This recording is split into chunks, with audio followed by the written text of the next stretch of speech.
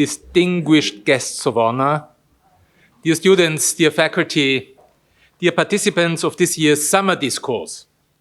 Since 2008, we used the occasion of our summer school to organize an interdisciplinary summer discourse in order to deal with topics relevant for the future of Europe and the world. Inspired by the idea of our interdisciplinary evening seminars, we try to combine expertise from various fields, scholars, practitioners, academia and business world, public service, and the arts. This year, the geopolitical tensions in the world made it an obvious choice to discuss security issues as suggested by our Sommerdiskurs participant Thomas Reuser. Europe is facing a time with a major war going on. Numerous hybrid attacks and the need to invest heavily in defense capabilities. At the same time, there are serious economic challenges, the aggravation of human-made climate change, and increasingly fragile democracies in many parts of the world. Security and the defense of European values appears as an extremely complex issue, which we will address from various angles with the help of outstanding speakers and experts. Thus, we are very happy that two of the highest-ranking members of the Austrian Armed Forces will be speakers, starting tonight with the keynote by Brigadier Berthold Sandtner. But our topic does not only have a military dimension, but is linked to a broader spectrum of challenges. In a holistic view, it includes questions of infrastructure, the availability of resources, economic, social, and political perspectives. All these aspects will be addressed over the next 3 days. We will have managers from the infrastructure and energy sector speaking tomorrow. We will have input from a member of the European Parliament and a representative of a European NGO reflecting the EU's foreign policy, and we will listen to top legal experts dealing with questions of cybersecurity, telecom regulation, surveillance, and the respect of human rights in the fight against extremism. As in the past, we will combine the discussion of most serious concerns of our present times with cultural highlights, such as the concert tomorrow night with members of the Viennese Philharmonic Orchestra and the renowned soprano Lydia Radkolb, or the lecture given by the director of the Kunsthistorische Museum, Paul Frey, on a Rubens painting on Friday afternoon. We are very grateful that once more a number of institutions have helped us to finance this Sommerdiskurs. Thus, we are particularly grateful to the Viennese Fund for Technology and Science, the Chamber of Labour Vienna, Kurhotel Strobel, and the Austrian Telecommunication Regulatory Body RTR. And we are very happy to cooperate once more with the doctoral school Ars Juris, which is represented by more than 20 fellows. Tonight's keynote is dedicated to what in military language is called Lagebericht, situation report. We are very honored and happy that one of Austria's leading experts in the field of military strategy and leadership has accepted to provide us with a military strategic analysis of the international state of affairs. Brigadier Berthold Sandtner is the director of the National Defense Academy's Institute for Higher Military Leadership, and he's also the study program director of the master's degree Military Leadership at the University of Applied Military Science. He graduated with a master's degree from the University of Vienna and participated from 2003 to 2006 in the Chief of Staff's training program of the Austrian Army. Dear Berthold, the floor is yours.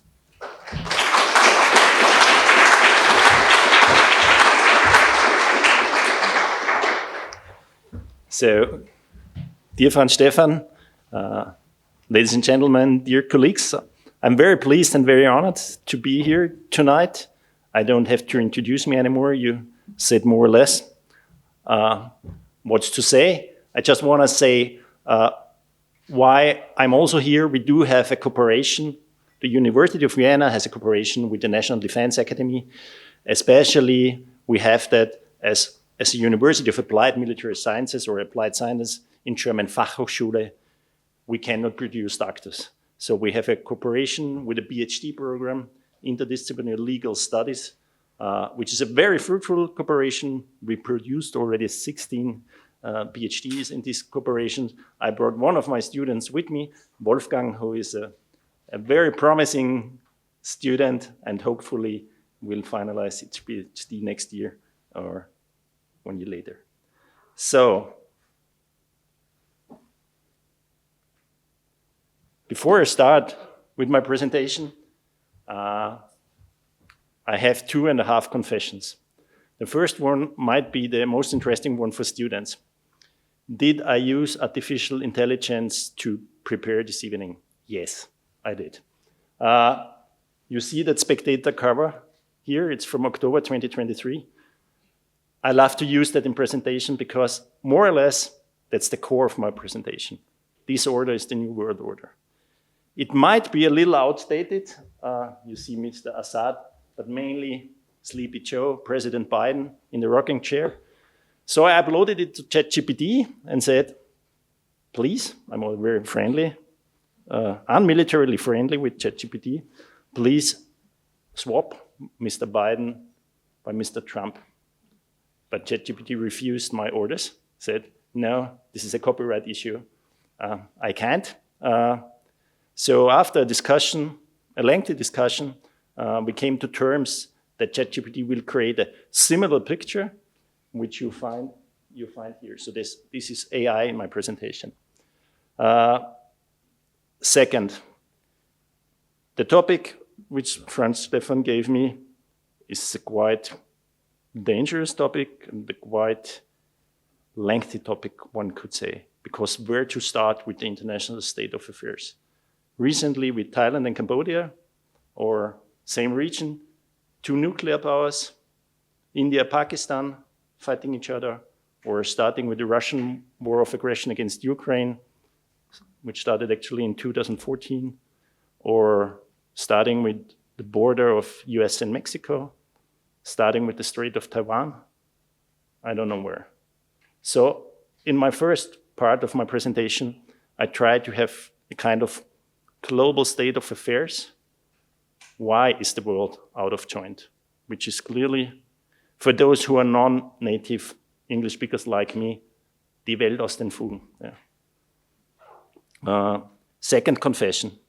I spent an exchange year in the US, but that's 35 years ago. So I'm not any longer a native English speaker, so forgive me if I stick quite closely to my speaking notes. And I said 2.5 confessions.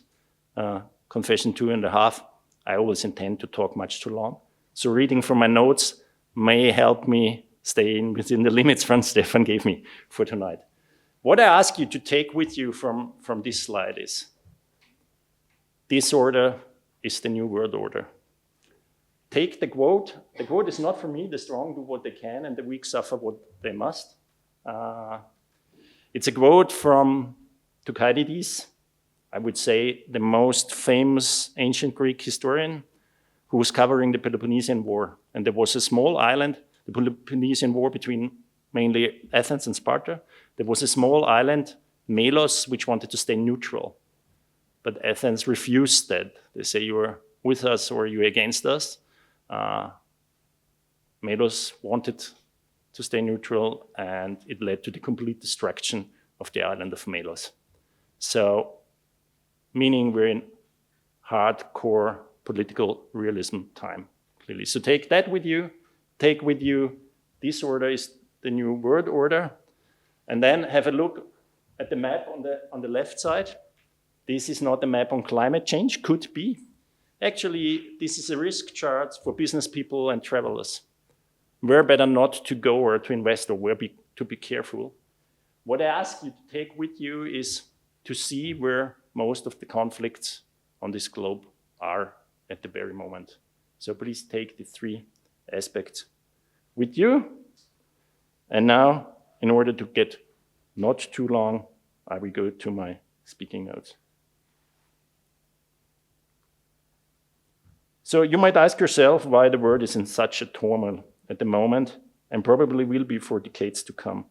I can't give you a definitive answer on that, except perhaps that a larger part of the world, which has been excluded from political, economic, and social power since colonial times, and in many parts until now, is beginning to emancipate itself at a tremendous pace.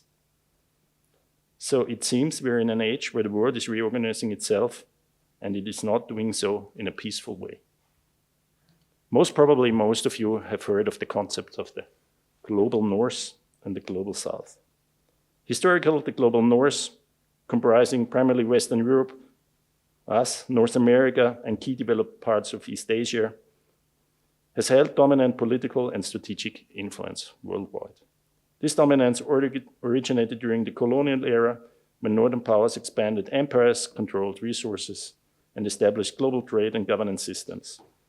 The global South, largely made up of formerly colonized regions in Africa, Latin America, and Asia, was politically marginalized, with many states experiencing unstable governance structures post-independence, and even now. You mentioned it, Franz Stefan. And actually, to be a little self-critical, we've never stopped our colonialist mindset, our Eurocentric colonialist mindset. We, the developed world, have given ourselves a lot of monopolies, like the monopoly on determining which form of government is right and which is wrong. We have determined which values are the right ones without taking cultural differences into account. We have determined the world economy not only, but mainly through the US dollar as an unassailable world currency. So this is a historical legacy, clearly. And this historical legacy continues to influence international politics, especially international organizations. Institutions like the UN Nations Security Council, if you look at that map, how many permanent members in the UN Security Council from Africa? How many from South America? No, it's clear. The World Bank, the International Monetary Fund reflect our imbalances with northern countries, us, often setting agendas and controlling resources that impact the global South's political autonomy and development options.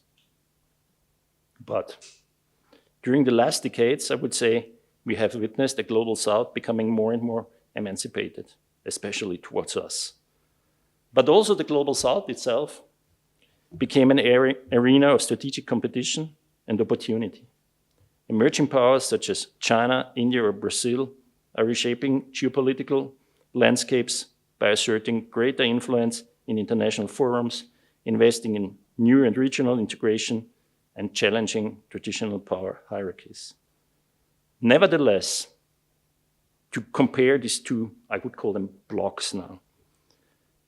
The global North presents itself a political, economic, military, and value community, one could say, that has grown over centuries, but mainly in the 20th centuries after World War II. One can therefore say there is a global North. And I know that Donald Trump exists, but I still say one could say there's a global North. So the question is there also one global South? I don't think so, and there's a but. And I brought you a slide on that. I brought you two images on this aspect showing the voting behavior of the UN General Assembly, so not in the Security Council, the UN General Assembly, in resolutions on two current conflicts, Ukraine and Israel, Gaza.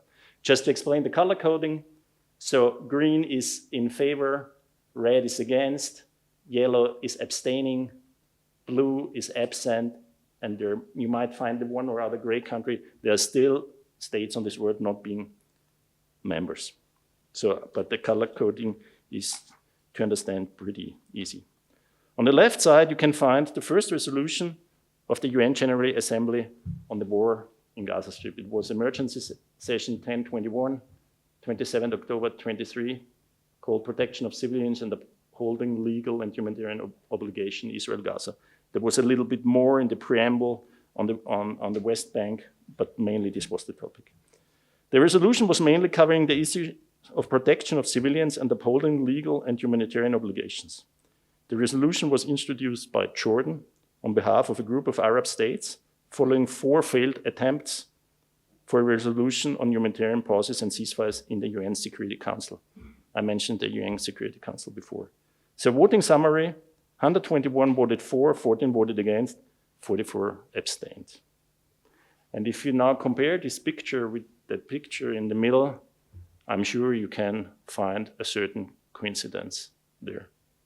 By the way, as we're in Austria, and most probably most of us Austrians, also Austria voted against this resolution. Why? As with other countries, the main criticism of this resolution was the lack of condemnation of Hamas's attack on Israel and the taking of hostages.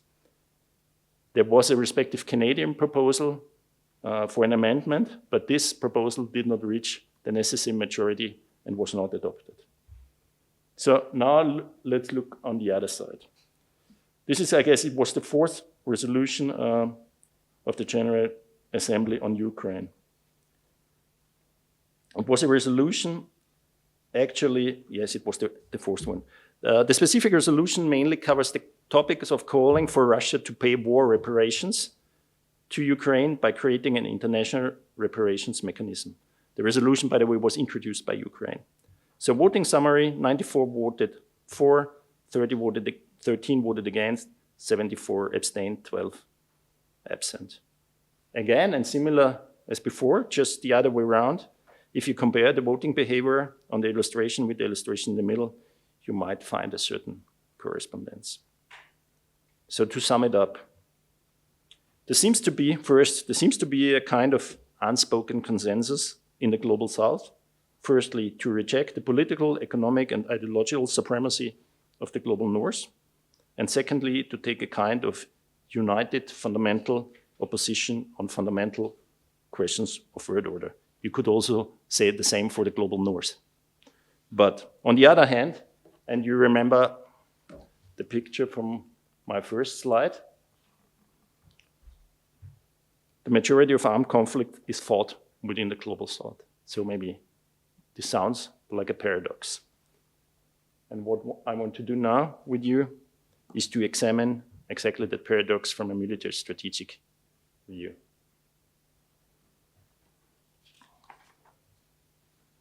Actually, we are facing 2 different phenomena. I call the first one fault line conflicts. These conflicts mainly occur on the borders or fault lines between the global north and the global south. These conflicts are almost exclusively interstate conflicts, meaning conflicts between states, not within states.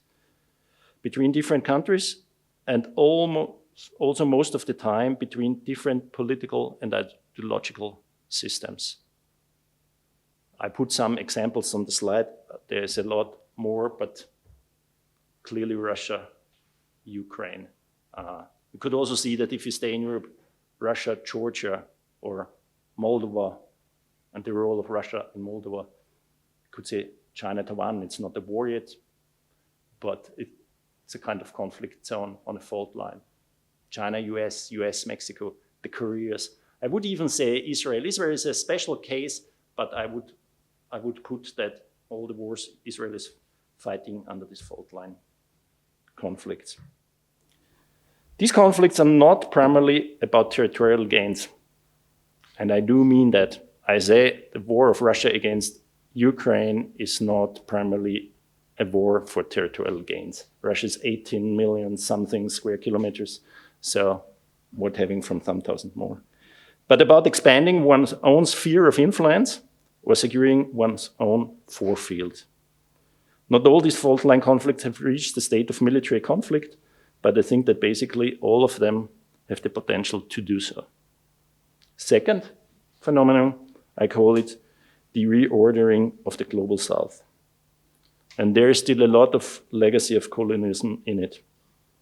We see conflicts involving the shifting of boundaries, a lot of them in Asia.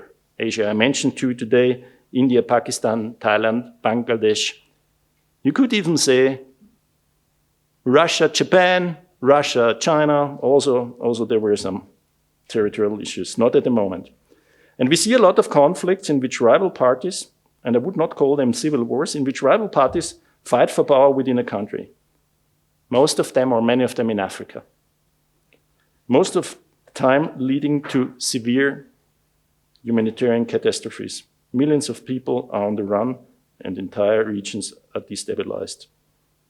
If you are following what is currently happening in Sudan, 12 million people on the run, a very, very bloody war in Sudan, this is most probably the most fitting example. And especially with these conflicts, if you have a close look into these conflicts, you will usually, I would say, almost always find a third party with certain interests behind, supporting one faction or more than one third party behind, supporting one faction and fueling the conflict in order to achieve their respective strategic goals. Best example, Yemen. See what happens in Yemen.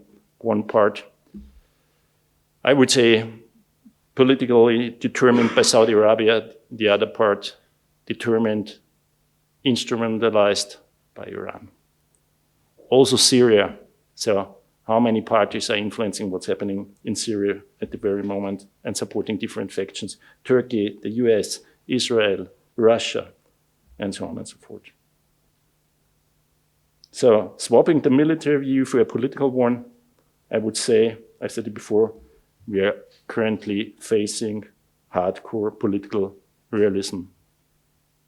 Thucydides' saying has never been more up to date than now. It's all about power, it's about influence, and it's about opportunism. Opportunism is the leading principle. And there's dangerous things coming out of this opportunism. Just see which alliances, which axes are there for the very moment.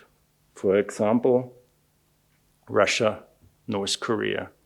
They weren't close friends, Russia and North Korea. The same goes for Russia and China. They weren't close friends. You could even say they had some kind of fault line conflict, Russia and China. But opportunism bridged these fault lines. For the time being, it can change. Final aspect on that, international organizations and their role in settling conflicts. International organizations, and in my opinion, this is the most critical development, have lost their role as a forum for dialogue. Remember the slide with the voting behavior. The decision-making patterns in these organizations often reflect the international fault lines. I mentioned that before. Instead of being bodies of conflict prevention and resolution, they are mirroring a kind of united fundamental disagreement on fundamental questions of world order. As we are in Austria, let's take the OSCE, Vienna-based, as an example. The OSCE, Organization of Security and Cooperation in Europe, says about itself, I cited from their homepage, the OSCE works in conflict prevention and resolution, facilitating settlements of conflicts and promoting peace building and post-conflict rehabilitation. So you can ask yourself, does the OSCE play any role in the settlement of the war against Ukraine? Although both parties, both countries, Ukraine and Russia, are members, no, because they are blocked in themselves. I think the answer is obvious. You can continue these thoughts with regard to the role the UN play in resolving current conflicts, for example, in Israel or in Ukraine. So, to sum it up, the world has said goodbye to a world order based on rules and values managed by commonly accepted international bodies. So, this order is the new world order. And again, as one major outcome, war, I mean physical military war, is back as a commonly accepted instrument of power. And I guess this is the most critical outcome of this. Outlook, we are not on the peak yet. There is more to come. We will see more competition between the global north and global south, but we will see a lot of more competition within the global south in reorganizing power. And the employment of military capabilities will become more and more self-evident. Have a look at this chart on the right side. And I directly read the quote now from Siebert to you. World military expenditure rose to $2.718 trillion in 2024, meaning that spending has increased every year for a full decade, going up by 37% between 2015 and 2024. The 9.4% increase in 2024 via 23 was the steepest year-on-year rise since at least 1988. So military capabilities, or the investment in military capabilities, is growing a lot faster than world economy, 9.4% from 23 to 24. So I would say this concludes my situation report on the international state of affairs. And now I want to become a little provocative for the second part of my presentation. So let's ask ourselves two initial questions. First, is Russia at war with Europe? Or is Europe at war with Russia? Second, how likely is a ceasefire in Ukraine from a Russian perspective? And will the war be over after the last shot, the last round, has been fired in Ukraine? So to answer this question, I'm sorry, I have to put you to a crash course in the military theory of strategy. I hope you don't get lost. I tried to keep it short and quite simple. And I promise this is also the only slide of this part of the presentations. So if you remember some takeaways from the first part of my presentation, I explained that many countries are striving for influence in a very competitive way. They have certain goals or objectives, and some of them, especially those where elections are not held every few years, also have sustainable visions. I want to draw your attention now on the sketch on the slide. You see two main anchor points, which is the red bubble with unfavorable conditions and the green bubble with favorable condition and a little in the middle. So unfavorable conditions in red. Let's assume a society or a dictator or a government or a leadership decides that current conditions do not meet their expectations.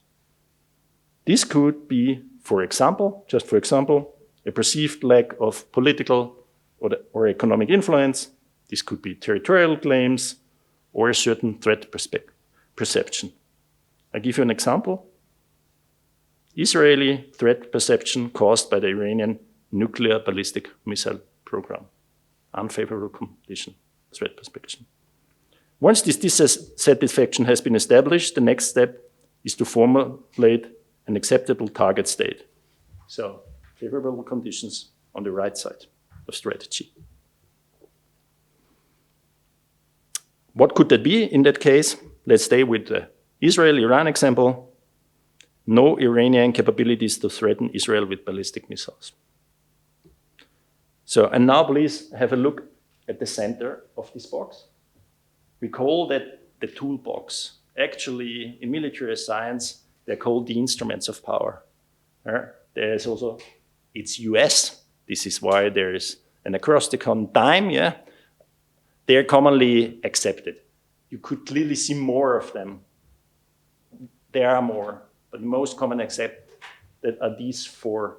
These are the instruments where states execute, project power with. They can do that with diplomacy, politics. They can do that with information. We witness that every day.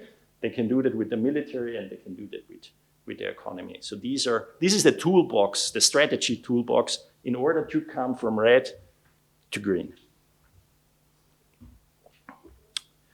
And to break that down a little more, these governments or regimes or whatever would define strategic objectives that are to be achieved through the application of the respective instrument. So you have an unfavorable condition, you have a favorable conditions. Favorable conditions, you reach them via your strategic objective, and you use your tools in order to reach your objectives. I give you another example. Let's stay with Israel and Iran. Political strategic objectives. Complete political isolation of Iran. You might have witnessed it. Information domain strategic objective. creating a global mood that portrays Iran as a threat to global security. Military strategic objective, physical destruction of the Iranian ballistic missile program. Let's have a little sidestep for the economy line. Let's have a little sidestep into Europe, and always have in mind that strategy is a long-lasting thing. Not what politicians mostly mean, not until the next elections. Strategy is a long-lasting time.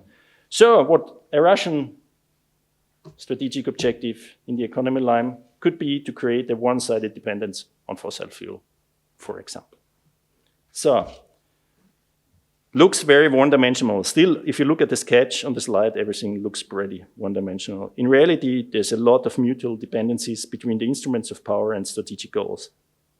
Shall say, for example, the instrument of power, military, the military line, isn't only directed against the adversary's military. And I want to give you an example, Russia, Ukraine, using the instrument of power military. So one of the, I would say, political, societal, strategic objectives of the Russian leadership was clearly to break the will of resistance in Ukraine, to break the will of the population. So how did they do that? Actually, they used the information, you call it the disinformation line, by discrediting the leadership and so on and so forth. But what did they do in the first winter of war, 22, 23, especially in a strategic bombing campaign, destroying the critical infrastructure, supplying the Ukrainian population with heating, with water, with electrical energy. So the instrument of power military was in that case clearly not employed against the Russian military, but against the Ukrainian population. So strategy and orchestration of that means clearly identifying the weakness of your adversary and deploying the best instrument of power against these weaknesses. And this was done in this field. There's still one bubble left, the darker green bubble on the right, vision. There's a famous quote, most of you will know that from the former German Chancellor Helmut Schmidt. He said, wer Visionen hat, sollte zum Arzt gehen. Who has vision should see a doctor. So if we're now discussing theory of strategy, I would show who hasn't got vision should see a doctor. So visions are beyond strategy. Visions are ideas far into the future. Visions can survive failed strategies. Strategy can fail, the vision can still be valid. Visions can help to develop strategies, to target them. And perhaps one final conclusion on visions. The longer a government, a leadership stays in office, the more likely it is that it will implement its strategy and pursue its vision in a targeted manner. So don't misunderstand me, but if you get the impression that democracy and strategy are not a perfect match, there might be a spark of truth in it. Let me give you an example for vision. One China. Uncontested. One China, you know, including Taiwan, dominating the Asia-Pacific region. Let me give you an example for a non-vision, make America great again. This is not a vision, it's more a political slogan. So, and now I'm done with the theory and strategy. So, remember, if a leadership, an establishment is good in strategy, they most probably have a vision beyond their strategy. The questions. First, is Russia at war with Europe or Europe at war with Russia? Second, how likely is a ceasefire in Ukraine from a Russian perspective? And will the war be over after the last shot has been fired in Ukraine? Again, allow me to be a little provocative. Let's start with defining war. What's war? And again, have Billy a look at the sketch. I say war is the targeted use of one or more instruments of power to achieve strategic objectives, employing these instruments against the weaknesses of your adversary. And I would put it even a little more narrowly. Let's say war is the combined use of at least 3 instruments of power in an intensity that goes beyond the competition in accordance with good manners. So playing far outside the rules. So a sole conflict on terrorists is not what I understand. Now let's see that with Russia and Europe, understanding maybe Europe as the European Union and its closest European affiliates. The diplomacy politics line from Russia. Russian leadership is denying the legitimacy of the Ukrainian government. This is far beyond Europe. On the other hand, one can say that there's an arrest warrant against the Russian president from the ICC. So this is also, I would say, a little out of the normal. Information, I could give you loads of examples for information, disinformation, influencing elections. Look what happened in Romania. Look what happened in Moldova. So I would say this is also out of a level playing field. Economy, well, we impose sanctions, but there's a lot of tried and sometimes successful blackmailing of Russia, from Russia, of European countries, with threatening to close down gas delivery. So actually, the only instrument which at the moment is not directly engaged is the military. You could even say it's indirectly engaged by supporting the Ukraine. It's indirectly engaged by Russian special forces or secret services having sabotage acts in Europe. But we could say we are not at physical military war with Russia. So from that perspective, one could clearly say we're in a fault-line conflict with Russia. You might already call it a war. I call it a war, honestly, just below the threshold of an armed conflict. Because in 3 of 4 of the instruments of power and the respective strategic objectives, we are clearly in a war with Russia, from my perspective. Second question, how likely is a ceasefire in Ukraine from a Russian perspective, and will the war be over with Europe after the last round has been fired? To answer that, we have to establish some assumptions. Does Russia have strategic objectives towards Ukraine? And in addition, in order to decide if the war against Europe is going to end, we have to explore if there is more a strategic objective towards Ukraine, but if there is a vision behind that. So let's start with the strategic objectives. And I don't have to invent them because the Russian leadership has repeatedly announced them. Regime change in Ukraine. I call that the Belarusification, or make Ukraine Belarus 2.0. Achieved? No. Military conquest of the entire Donbas region. Achieved? Not yet, but progressing. Disarmament and dissolution of the Ukrainian armed forces. Achieved? No. The Ukrainian military is about 10 times as strong as they were in 2021. Still with a lot of problems. Permanent recognition of the cession of the conquered Ukrainian territories as Russians. Achieved? No. Preventing Ukraine from joining NATO and the EU. Achieved? Yes. At least for the midterm. So, having that in mind, let's have a short insight on the situation, the actual situation on the battlefield. Just don't take me wrong, but if it were an ice hockey play, you would say Russia is in power play at the moment. So Russian forces are in a limited advantage towards the Ukrainian forces and slowly but steadily gaining terrain.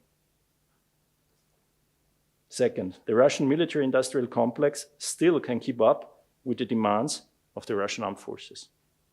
Third, Russia with a population, and this is the greatest problem of Ukraine, with a population 3 times the size of Ukraine's, can recruit soldiers. And fourth, remember what I said to unholy alliances? Russia has capable allies helping to reduce the impact of sanctions. And you cannot imagine how capable North Korea is and how important North Korea is for Russia, especially concerning ammunitions. Not manpower, ammunitions. So we discussed the strategic objectives, most of them not or not yet achieved. We said there is an advantage on the battlefield. There's clearly a Russian advantage. The Russians are advancing steadily, slowly but steadily. And now back to strategy. Assessment of the achievement of the strategic objectives vis-à-vis Ukraine.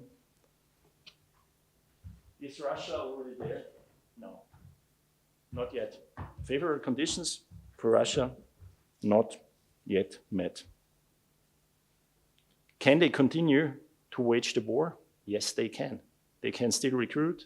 The military-industrial complex is still working, will be working couple next years. We assume they have allies helping them to undergo sanctions, providing them with ammunition. Yes, so they can still continue. So why should they stop? They wouldn't. So I guess there's currently no Russian interest in ending the fighting or having a ceasefire without Ukraine's unconditional surrender, because this is what they want. Brings me to the final chapter, ladies and gentlemen. Will the war be over after the last shot has been fired in Ukraine? To try to answer that, we have to have a look at the final element of the strategic design. Vision. Is there a Russian vision? I do think so. I do think so, there's one. I give you my ideas on that. First, back to former glory. Second, become an uncontested and widely accepted global security player alongside the US and China. So the third superpower on the table. And third one, but I guess the most important one, dominating Europe as a leading political power. Nothing goes without Russia. I do not believe that the Russians want to stand under the Eiffel Tower with the tanks, but they want political dominance on this continent. They say China has their part of the world, the US have their part of the world, ours is Europe. So if we assume that the Russian leadership is persistently pursuing this vision, we can also see that there's still a long way for them to go. So finally, I leave it up to you, and maybe for the discussion now, to decide if we are in war with Russia and if the war will be over after the last shot has been fired in Ukraine. Thank you for your enduring attention. I hope I was within the limits, and I'm looking forward to your questions and the following discussions. Thank you very much.